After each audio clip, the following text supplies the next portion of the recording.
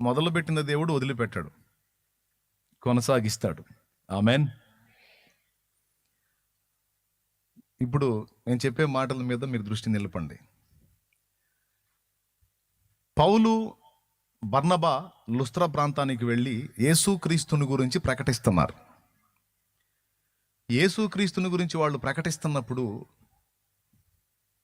కూర్చున్న వాళ్ళందరూ చాలా శ్రద్ధగా వింటున్నారు. అందరూ వింటున్నారు. ప్రజలు కొంతమంది కూర్చొని ఉండొచ్చు, కొంతమంది నిలబడి ఉండొచ్చు. వీళ్ళేదో చెప్తున్నారని దృష్టి పెట్టి మీలాగనే వింటున్నారు.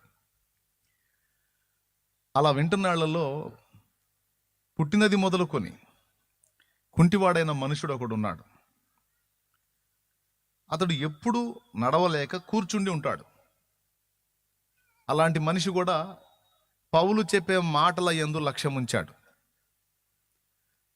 పౌలు చెప్పే మాటల మీద లక్ష్యం ఉంచినప్పుడు పౌలు ఒకటి గుర్తించాడు. ఏం గుర్తించాడంటే స్వస్థత పొందుటకు అతనికి విశ్వాసం ఉన్నదని గుర్తించాడు. తర్వాత పౌలు అన్నాడు, నువ్వు లేచి నీ పాదములు మోపి నిలువు అన్నాడు. తక్షణమే అతను ఆ పని చేశాడు.